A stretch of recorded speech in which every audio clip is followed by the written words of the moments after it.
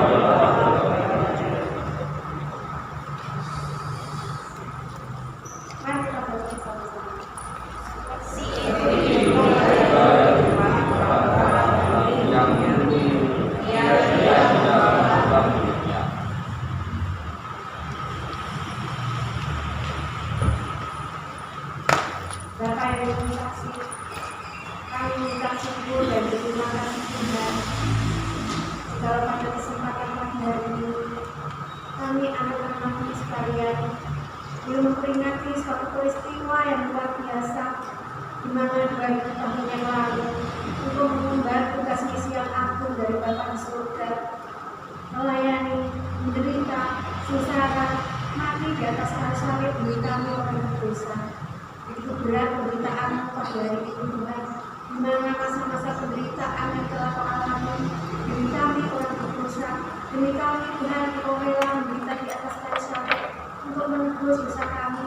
Salib melambangkan suatu kesesamaan yang luar biasa dengan mengenai kami boleh memperingati jemaat agung Tuhan. Kami boleh menyangka diri kami bahwa kami tidak layak, namun oleh karena kasih yang begitu besar kepada kami, Engkau rela mati di atas kayu salib. Oleh sebab itu Tuhan, ampuni segala dosa-dosa kami, ampuni segala pelanggaran-pelanggaran kami, di mana kami telah berdosa di hadapan Tuhan dan memberontak di hadapan Tuhan, sehingga Tuhan meninggalkan kami. Oleh sebab itu kasih dan pengampunan kami boleh diselamatkan daripada-Nya. Kami serahkan doa kami Tuhan dan ampuni segala dosa-dosa kami. Di dalam nama Tuhan Yesus kami berjanji dan berdoa. Amin.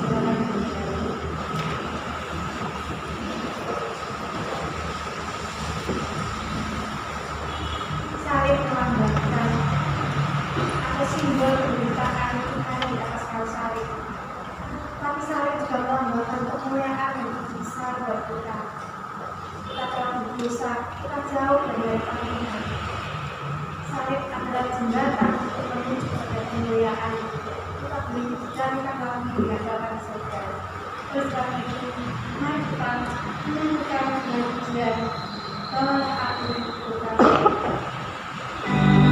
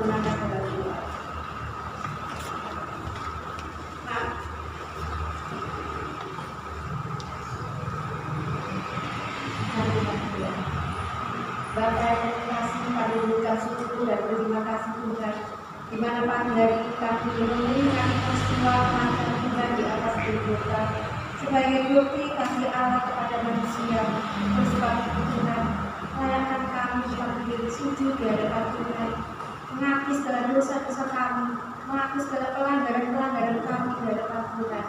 Mungkin selama ini hidup kami seringkali tidak memperkenankan hati-Mu, lalu sikap kami, melalui tutur kata kami, melalui perbuatan kami Tuhan, dan Tuhan akan memampukan kami untuk mengendalikan segala bagian kemanusiaan kami, kami hidup dengan bersekutu dengan kehendak. Bila Tuhan peristiwa Jumat Agung ini memberikan kami kekuatan, semangat untuk kami boleh senantiasa melayani Tuhan dengan penuh kasih. Sebab itu Tuhan, bila melakukan ibadah kami pada pagi hari ini, kami boleh menyerahkan hidup kami secara totalitas di hadapan Tuhan. Kami boleh rela dibentuk oleh Tuhan, rela diproses oleh Tuhan untuk menjadi anak-anak yang begitu taat dan sepenuh dengan kehendak. Terima kasih Bapak. Kami naikkan doa dan syukur kami pada pagi hari ini. Nanti di dalam nama Tuhan Yesus kami mengucap syukur dan berdoa. Amin. Jemaat disediakan untuk kembali.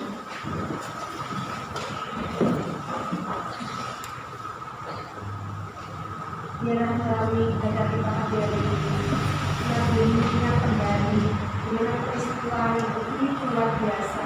Bukan suatu hal yang biasa saja, tapi suatu hal yang sejarah yang luar biasa, di mana Allah pernah hadir di dunia ini. Allah pernah memelawat kita, manusia yang berdosa,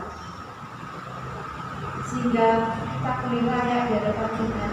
Segala pelanggaran-pelanggaran kita boleh diperdamaikan lagi lewat salib. Oleh sebab itu, mari kita tumbuhkan salib itu. Kita pujikan, bawalah aku dekat salib.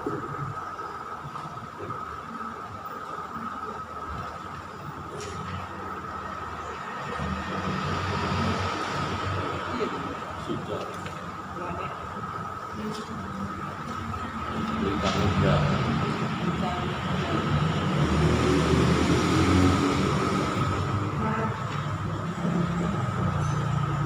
Petunjuk hidup kami terdapat dalam Efesus 5 ayat 8-12. Memang dahulu kamu adalah kegelapan, tetapi sekarang kamu adalah terang dalam Tuhan. Sebab hiduplah sebagai anak-anak terang. Karena terang hanya membawakan kebaikan dan keadilan, kebenaran, dan pujilah apa yang dikenal kepada Tuhan. Janganlah untuk mengambil bagian dalam perbuatan-perbuatan kegelapan yang tidak membuahkan apa-apa. Tetapi sebaliknya, perangilah perbuatan-perbuatan itu, sebab menyebutkan sajalah apa yang dibuat oleh mereka di tempat-tempat tersembunyi telah dimalukan. Mari kita pujikan PPK 33 Militan Bernama.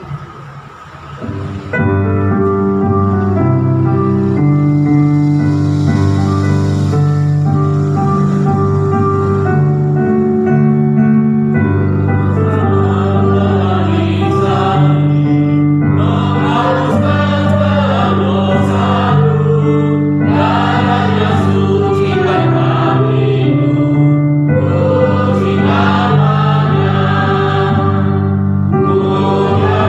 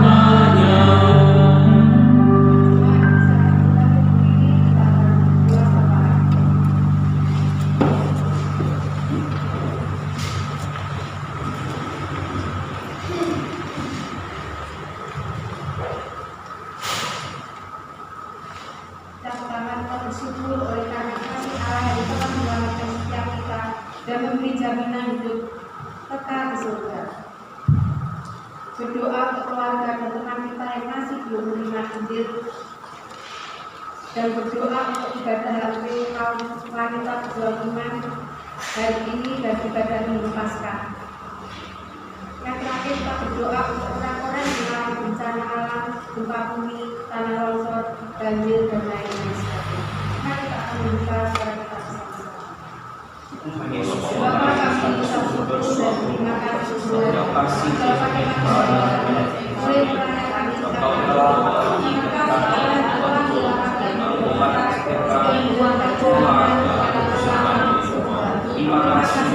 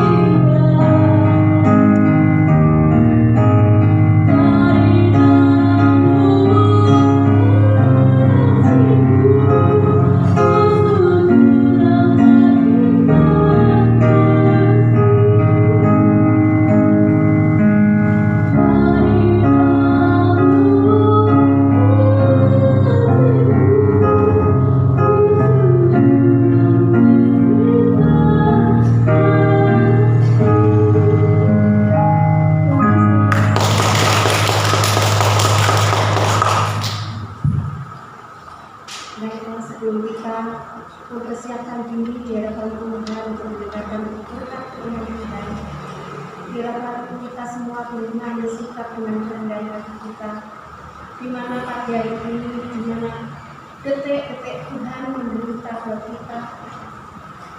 Kristus mengalami penyiksaan yang luar biasa karena dosa-dosa kita. Disalibkan, dibujurkan, dicambuk, diolok-olok, diludahi, bahkan dimasukai-masukan ini. Dia memikul salib yang berat. Salib itu adalah melambangkan dosa kita. Dia memikul salib dari rumah Pontius Pilatus, menyusuri jalan yang terjal dan berbatu, menuju puncak tertinggi Bukit Golgota. Itu karena kasihnya kepada kita dan saudara semua. Oleh sebab itu, mari kita datang dengan segala kerendahan kita di hadapan Tuhan. Mari kita pujikan di Bukit Golgota.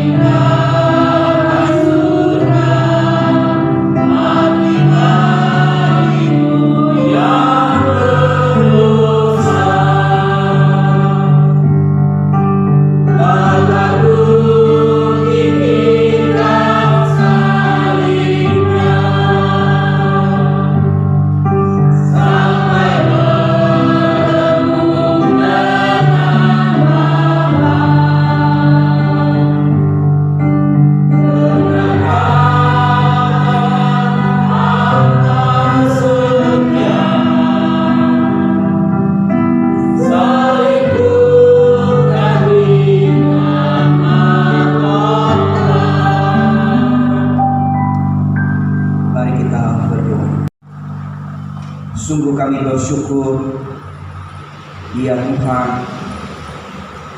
atas kasih dan anugerah-Mu yang begitu besar yang Engkau anugerahkan bagi kami, jemaat-Mu yang hadir di tempat ini. Kami datang di hadapan-Mu ya Tuhan, untuk menaikkan syukur kami atas pengorbanan-Mu di atas kayu salib, untuk menebus setiap kami umat-umat pilihan-Mu. Saat ini ya Tuhan, kami seluruh jemaat-Mu, kami mau mengingat betapa besar kasih yang Engkau curahkan bagi kami di atas kayu salib itu. Dan saat ini kami mohon pimpinan-Mu Yesus membuka hati setiap kami, membuka pikiran kami, agar kami kembali mengingat, mengenang bagaimana Engkau mengorbankan diri-Mu bagi setiap kami umat tebusan-Mu. Biarlah firman-Mu hari ini berbicara kepada setiap kami, untuk kami mengenal bagaimana pengorbanan-Mu, sehingga kami sungguh mengasihi Yesus dalam hidup kami.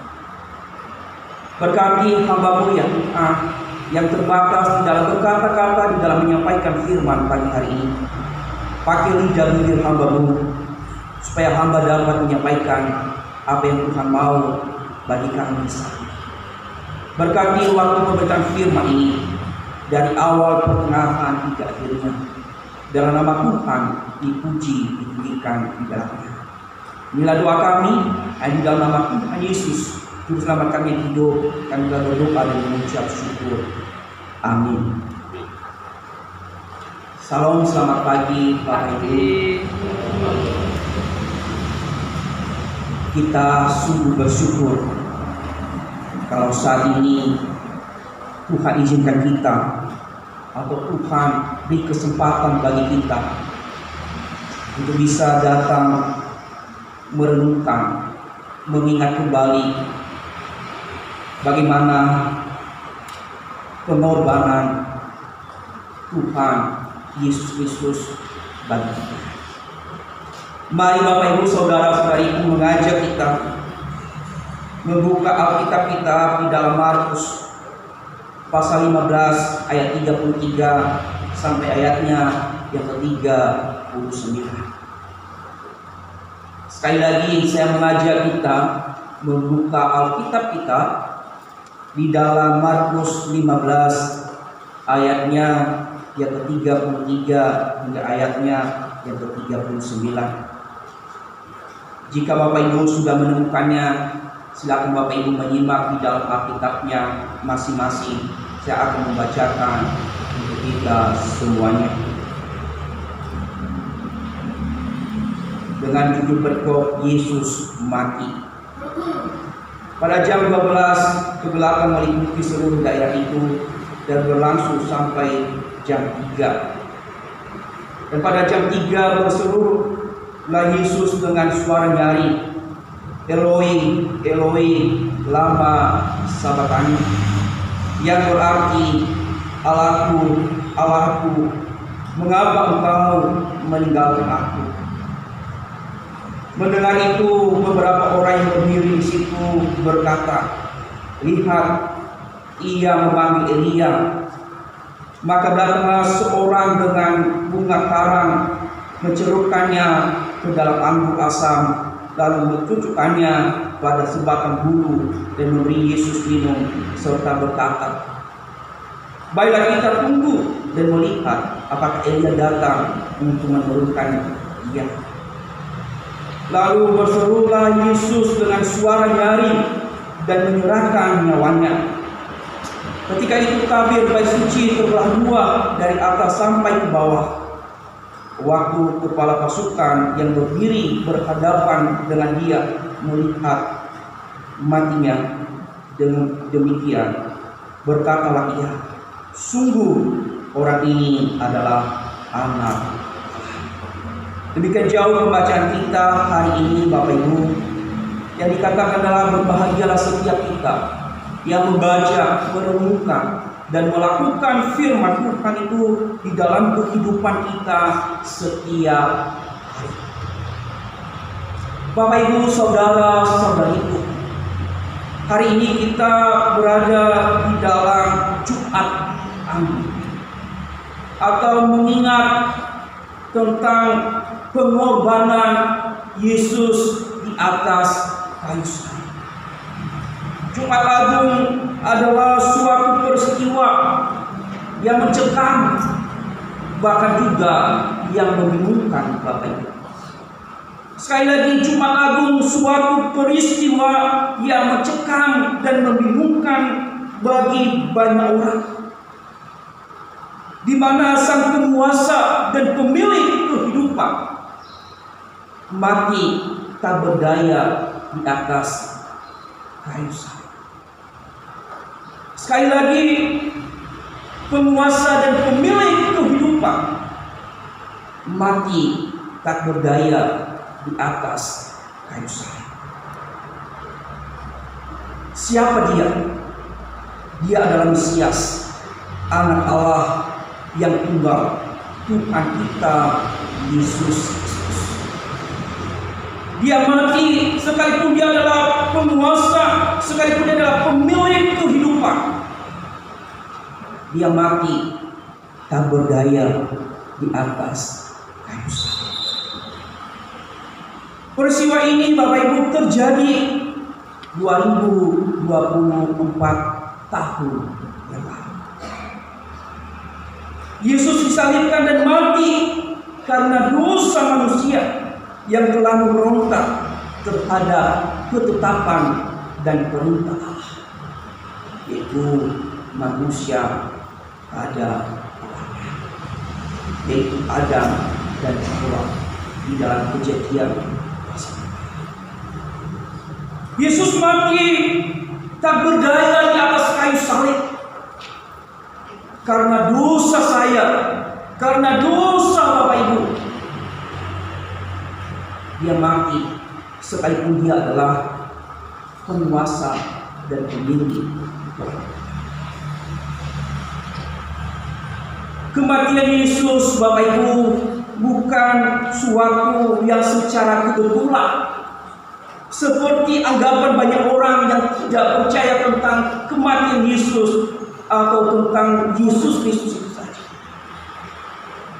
Sekali lagi, kematian Yesus bukan yang secara kebetulan, seperti yang dikatakan oleh beberapa orang yang tidak percaya kepada Yesus. Kematian Yesus jauh sebelumnya sudah dinubuatkan oleh para nabi dan juga seorang raja. Nabi Yesaya jauh sebelumnya sudah menubuatkan tentang kematian Yesus, tentang pengorbanan Yesus, tentang penderitaan Yesus di atas kayu salib.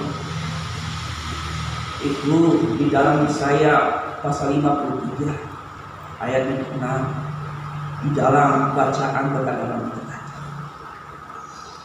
Di sana sudah jauh sebelumnya, bahkan juga seorang Raja Daud menubuatkan tentang bagaimana Yesus berpisah dengan Allah. Di dalam Mazmur nomor 22 ayatnya yang kedua, yang di sana berkata, Allahku, Allahku, mengapa Engkau? Di sini kita harus memahami bahwa kematian Yesus, pengorbanan Yesus di atas kayu salib, bukan terjadi secara kebetulan seperti kata banyak orang, tetapi 700 tahun atau kurang lebih 1000 tahun yang lalu, sebelum Masehi, sudah dinubuatkan oleh Nabi Yesaya dan Raja. Jadi kematian Yesus, Bapak Ibu, bukan seperti kata orang. Sudah jauh sebelumnya sudah dinubuatkan di dalam Perjanjian Lama.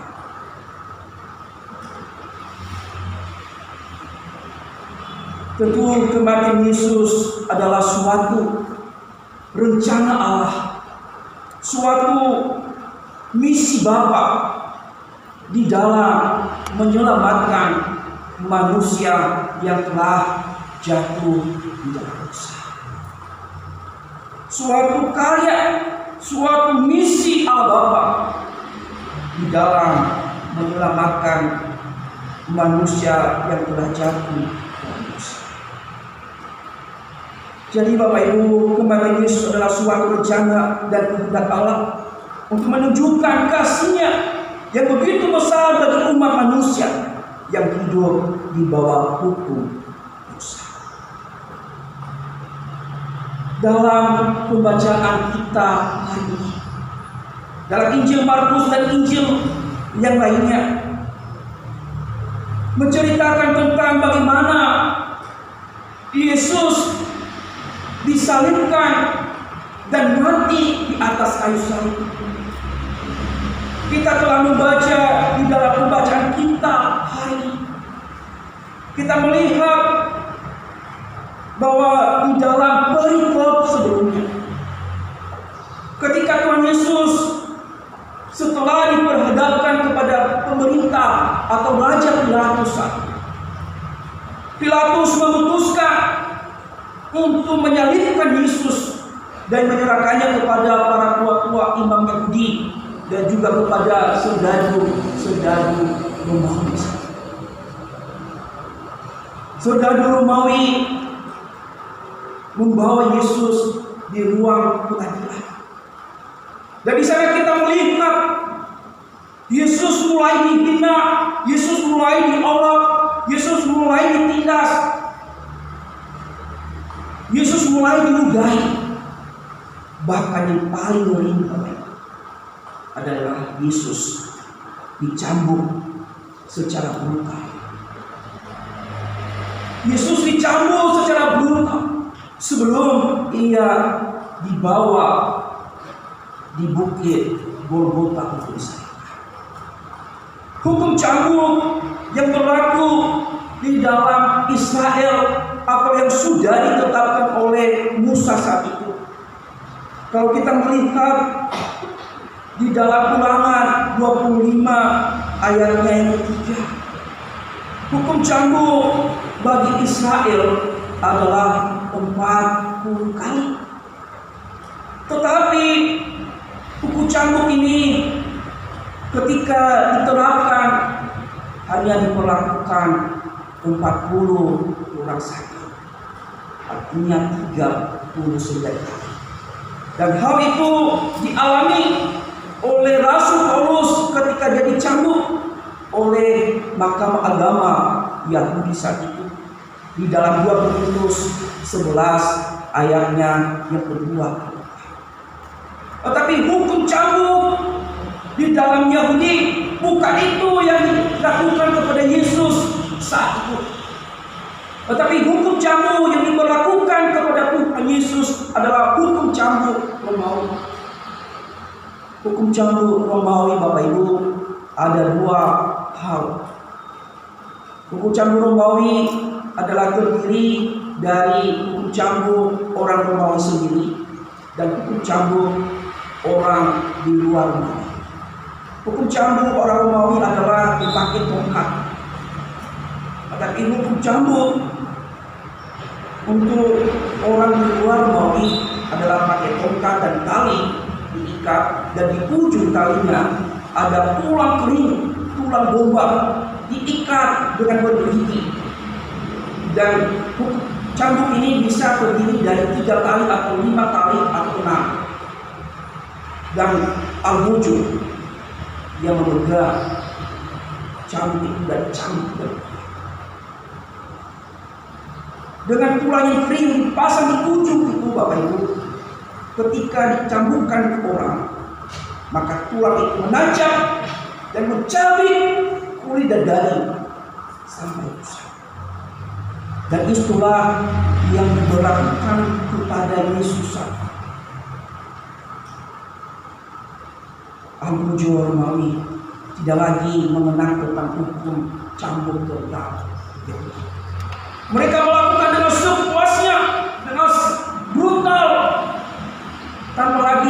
mempertimbangkan tentang hukum yang berlaku. Sehingga saat itu tubuh Yesus kecabik begitu luar biasa.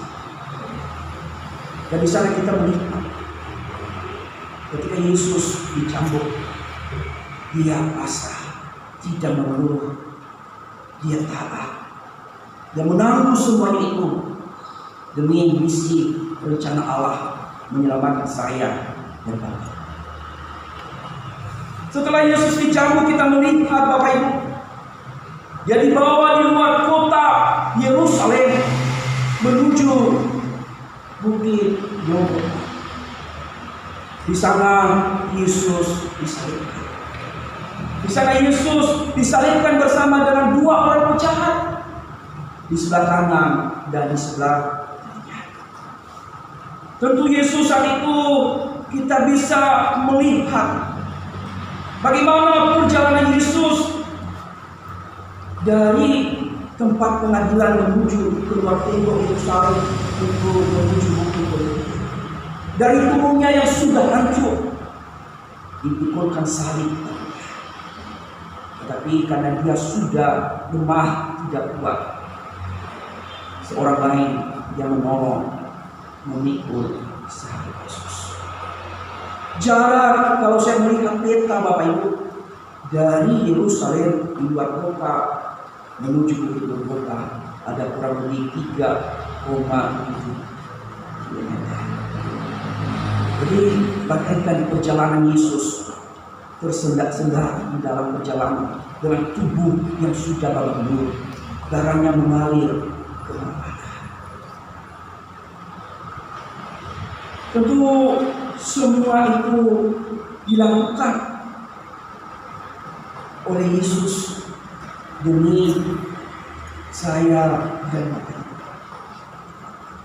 Dikatakan Bapak Ibu, Yesus disalibkan pada jam 9 pagi. Kalau kita melihat di dalam ayatnya yang sebelumnya, bahwa Yesus disalibkan jam 9 pagi ayat 25. Dan dari jam 9 pagi hingga sampai jam 3 sore ada 6 jam Yesus tergantung di atas kayu salib. Ada 6 jam bayangkan Bapak Ibu, Yesus digantung dengan paku di tangan dan di kaki, tergantung selama 6 jam. Dan dikatakan di jam yang ke-12 sampai jam 3 sore terjadilah kegelapan.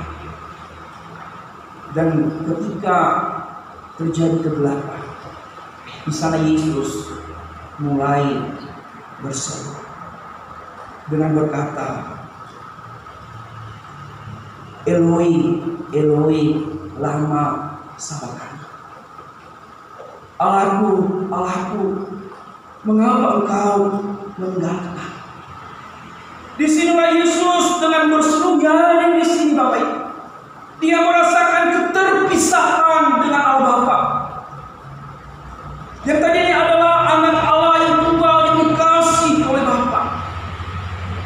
Kini saatnya Allah membalikkan mukanya terhadap anaknya yang dikasihinya. Dia tidak lagi mau melihat Yesus karena dosa.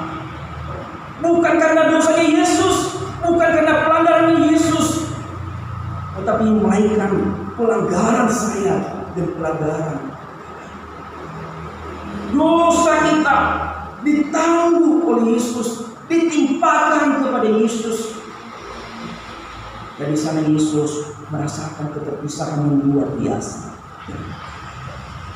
Sehingga dia berkata, Allahku, Allahku, mengapa engkau meninggalkan aku? Untuk kesakitan yang luar biasa, keterpisahan dengan Allah yang begitu mengasihi, dan Allah meninggalkan karena dosa. Allah tidak mau dosa dibiarkan. Dosa harus dihukum. Dosa harus ada hukumannya. Jadi Bapak Ibu, Yesus dikatakan di dalam ayatnya Yang ketiga berseru. Dan di sana ketika dia berseru, katakan ada seorang yang memberikan minuman anggur asam. Tetapi ketika dia berseru yang kedua kalinya, dia menyerahkan nyawanya dan mati di atas. Di dalam Yohanes pasalnya yang ke-19, kalau kita melihat di dalam ayat 28 sampai 30, ketika Yesus sudah ada di atas kayu salib, telah tergantung selama 6 jam, karena memikul setiap dosa-dosa kita. Dan dia tahu, dikatakan di sana, karena Yesus tahu segala sesuatu telah selesai, dan dia menyerahkan nyawanya kepada Bapa dengan berkata, sudah selesai, atau tetelestai. Artinya bahwa segala kutuk dosa sudah dibayar lunas oleh kematian Yesus di atas dosa. Tidak ada lagi hukum dosa. Manusia sudah ditebus oleh Yesus di atas kayu salib dengan kematiannya, dengan pengorbanannya. Jadi Bapak Ibu, di sini kita melihat bagaimana pengorbanan Yesus di atas kayu salib. Bagaimana Yesus ditindas seperti yang dikatakan, yang dibuatkan oleh Nabi Yesaya di dalam pasal 53. Sebenarnya dia ditindas, dihukum, dihindari orang. Itu bukan karena pelanggarannya, itu bukan karena dosanya, itu bukan karena kesalahannya. Tetapi Bapak Ibu, karena dosa saya dan dosa Bapak Ibu, itulah yang ditanggung oleh Yesus, sehingga dia adalah mati di atas kayu salib demi saya supaya hidup kekal di dalam kerajaan surga. Dan dikatakan Bapak Ibu, ketika Yesus mati pada jam 3 sore, maka terjadilah pembelahan selama 3 jam. Dan ketika dia menyerahkan nyawanya kepada Bapa, tabir bait suci terbelah dari atas sampai bawah. Artinya bahwa ketika Yesus mati telah membayar lunas hutang dosa. Tidak ada lagi pemisah antara tempat yang maha kudus dengan tempat yang kudus. Kalau selama ini di dalam bait Allah ada pemisah antara tempat yang maha kudus dan tempat yang kudus, dan oleh kematian Yesus telah menyatukan kembali. Di mana manusia yang dunia adalah telah berpisah karena dosa. Hubungan manusia dengan Allah terpisah, ada jaraknya. Tetapi dengan kematian Yesus di atas kayu salib, Yesus mendamaikan dan menyatukan manusia kembali untuk berhubungan secara langsung dengan Allah. Itulah pengorbanan Yesus. Maka dengan hal itu, manusia yang telah berdosa tadi, dengan kematian Yesus, Yesus telah membenarkan manusia itu dan menjadi kudus, bisa bersekutu langsung dengan Allah. Jadi Bapak Ibu, Yesus bukan mati karena dosa-dosanya, tapi dia mati karena dosa saya, dosa Bapak Ibu. Dia mati karena dia mengasihi saya dan Bapak Ibu. Kita ini adalah umat tebusannya, kita ini adalah umat pilihannya. Dia tidak mau kalau kita mati binasa di dalam dosa. Dia yang tidak mengenal dosa, dia yang tidak berdosa, dijadikan berdosa, supaya kita yang berdosa dibenarkan oleh dia, supaya kita yang berdosa hidup di dalam Dia. Seperti kata Paulus di dalam 2 Korintus pasal 5 ayat 21. Dia yang tidak mengenal dosa dijadikan berdosa. Tetapi kita yang berdosa dibenarkan karena kebenaran Yesus Kristus, dan kita hidup. Dia yang tidak mengenal kutuk, dia dijadikan sebagai kutuk. Karena orang yang tergantung di atas kayu salib adalah orang yang terkutuk, Bapak Ibu. Orang yang dianggap melakukan kejahatan dan pemberontakan.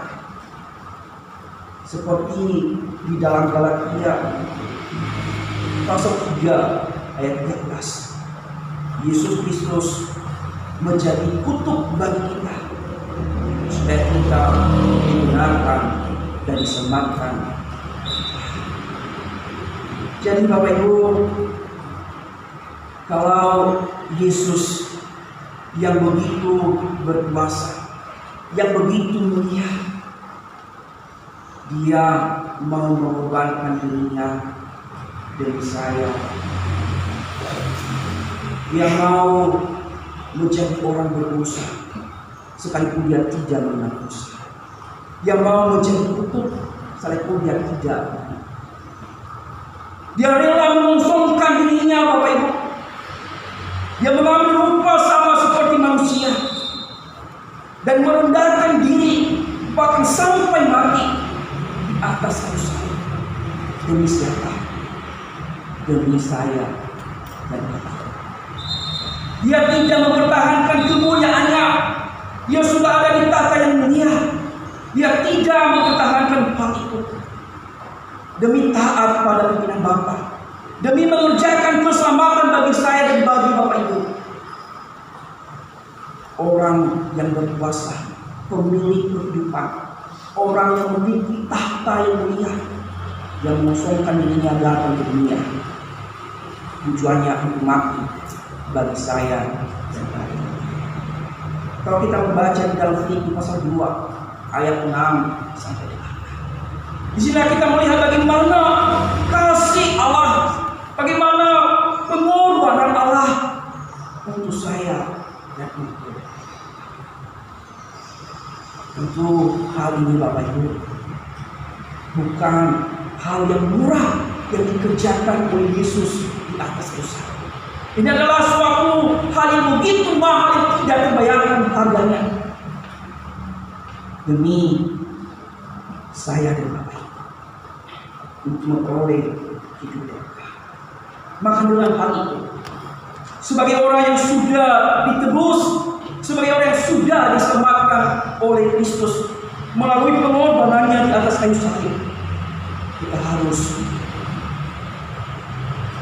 percaya dan menerima Yesus sebagai Tuhan dan Juru Selamat kita satu-satunya. Kita harus hidup di dalam Kristus dan hidup di dalam kebenaran dan hidup di dalam kekudusan, karena kita sudah dikuduskan, dibenarkan, disucikan oleh darah Yesus. Maka dengan hal itu kita juga jangan hidup lagi dalam dosa, karena Yesus sudah membayar hutang dosa di atas kayu salib dengan berkata, "Tete estai," sudah selesai, tidak ada lagi hutang dosa.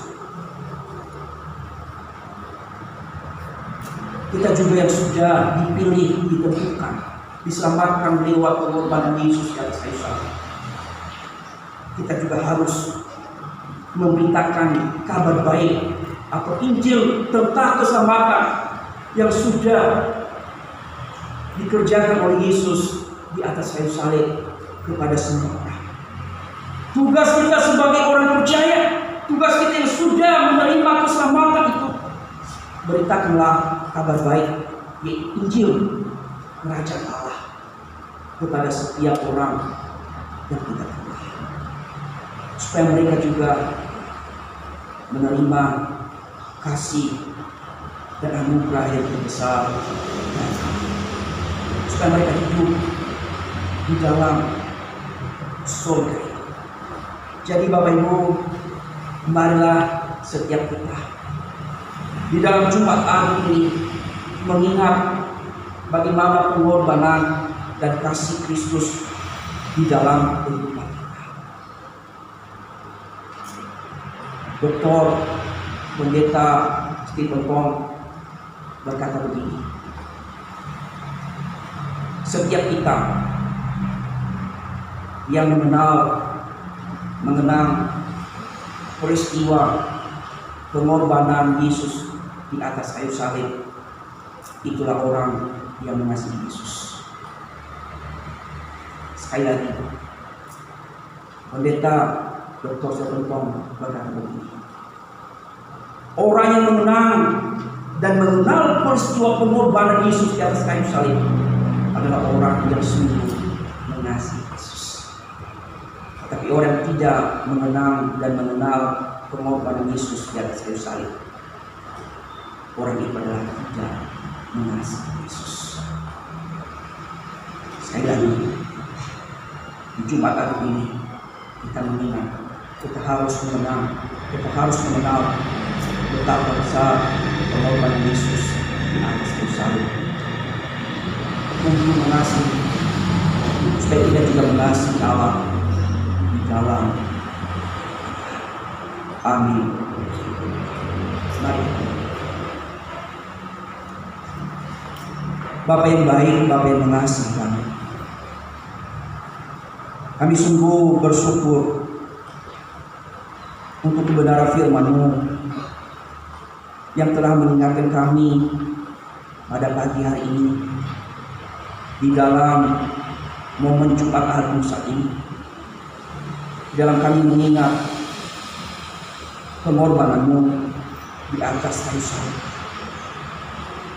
Biarlah setiap kami, umat yang telah Engkau pilih dan Engkau tebus, terus mengingat betapa besar kasih-Mu di dalam kehidupan kami. Biar kami bukan hanya sekedar menjadi pengikut Kristus yang hanya ikut-ikutan, tapi biarlah di dalam Jumat Agung ini sungguh mengingatkan kami bahwa kami mengambil komitmen menjadi seorang pengikut Kristus yang setia, yang mengenal pengorbanan-Mu di dalam kehidupan kami, sehingga kami tidak menyanyiakan pengorbanan itu, sehingga kami hargai dan kami hormati di dalam kehidupan kami dengan hidup di dalam Engkau, hidup di dalam kebenaran, dan hidup di dalam kesucian. Kami tidak mau lagi hidup di dalam dosa, karena Engkau telah membayar hutang dosa kami lewat kematian-Mu di atas kayu salib. Jika selama ini kami hidup di dalam dosa, ya Tuhan, kami masih hidup meragukan Engkau di dalam hidup kami mohon pengampunan yang berasal dari Engkau. Biar di dalam Jumat Agung saat ini kami sungguh-sungguh mengambil komitmen untuk tetap setia mengasihi Tuhan di dalam hidup kami, karena Tuhan terlebih dahulu mengasihi kami. Biarlah Tuhan di dalam Jumat Agung ini ingatkan setiap kami, ketuk hati setiap kami, supaya hati kami bukakan untuk Tuhan. Kami mau lembutkan untuk Tuhan, supaya Kristus hidup di dalamnya, supaya kami hidup sesuai seturut dengan pimpinan Tuhan. Kami serahkan seluruh kehidupan jemaat Tuhan, bahkan seluruh gereja-gereja dimanapun di dunia ini. Biarlah di dalam momen Jumat Agung ini sungguh mereka mengambil komitmen untuk mau setia mengasihi Yesus yang telah mengaruniakan hidup kekal itu di dalam kerajaan surga. Ini doa kami hanya di dalam Tuhan Yesus, yang sampai kami hidup, kami telah berdoa dan mengucap syukur. Saya kembalikan kepada pemimpin. Kami firman Tuhan yang disampaikan oleh Bapaknya, kita belum mengingat kembali suatu peristiwa 2024 tahun yang lalu, di mana Allah telah turun ke dunia untuk menebus dosa kita, seperti dalam tema firman Tuhan, Dia disalibkan mati dan untuk menebus dosa kita. Kasihnya yang telah besar bagi saudara dan saya, sehingga dia harus mengorbankan nyawanya di atas kayu salib. Oleh sebab itu kita menunjukkan terlalu besar.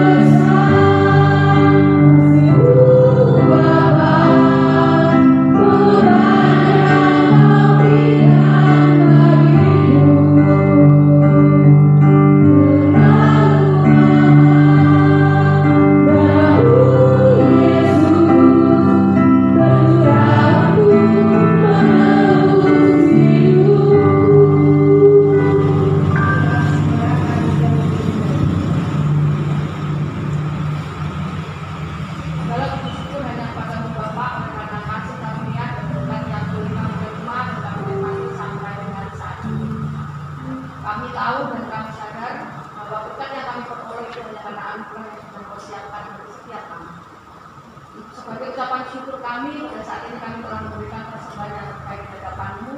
Kiranya Engkau terima, Engkau memutuskan persembahan kami, atau juga persembahan kami boleh menjadi persembahan yang benar di hadapan-Mu.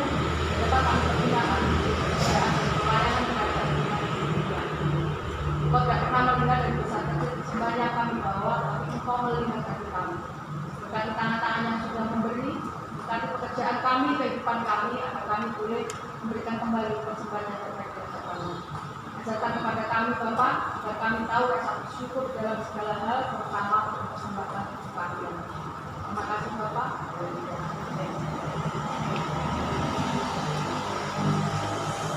Saya akan menandakan mata teman-teman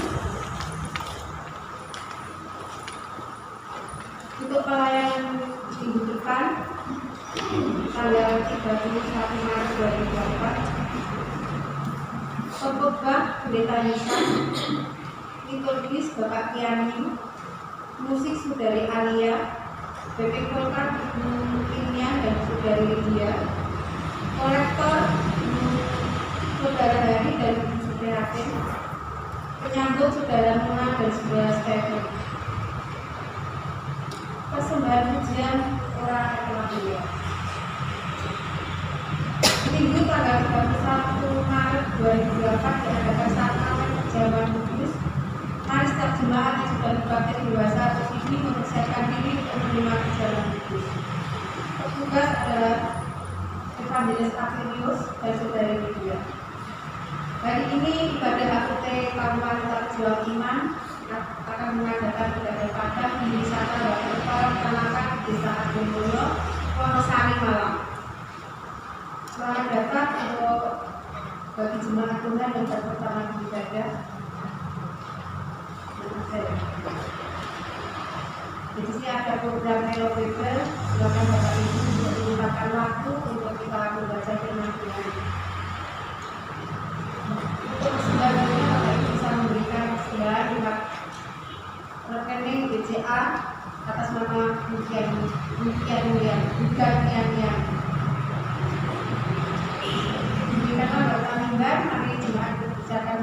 terakhir berdiri kita akan bersembah di surga.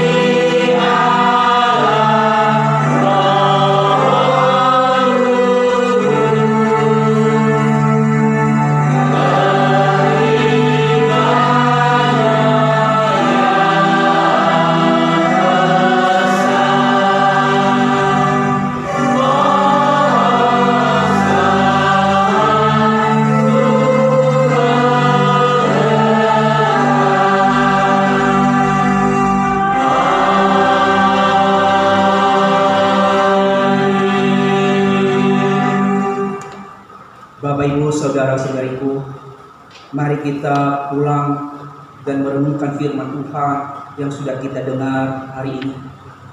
Bahwa Yesus mati karena dosa saya dan dosa mereka. Maka dengan hal itu, lewat pengorbanan Yesus di atas kayu salib, mari kita renungkan bahwa kita sudah diselamatkan. Maka dengan hal itu, mari kita sungguh-sungguh beriman percaya kepada Yesus Kristus, satu-satunya Tuhan dan Juru Selamat kita. Mari kita sungguh-sungguh hidup di dalam Kristus, hidup di dalam kebenaran, hidup di dalam kesucian, menjauhkan segala dosa, dan hidup memberitakan kabar baik itu kepada setiap orang yang berjumpa. Mari kita pulang dan kita terima berkat yang berasal dari Tuhan. Tuhan memberkati kita dan melindungi kita. Tuhan menyinari kita dengan wajah-Nya dan memberi kita kasih karunia. Tuhan menghadapkan wajah-Nya kepada kita dan memberi kita damai sejahtera dari saat ini hingga sampai kedatangan Kristus yang kedua kalinya. Amin.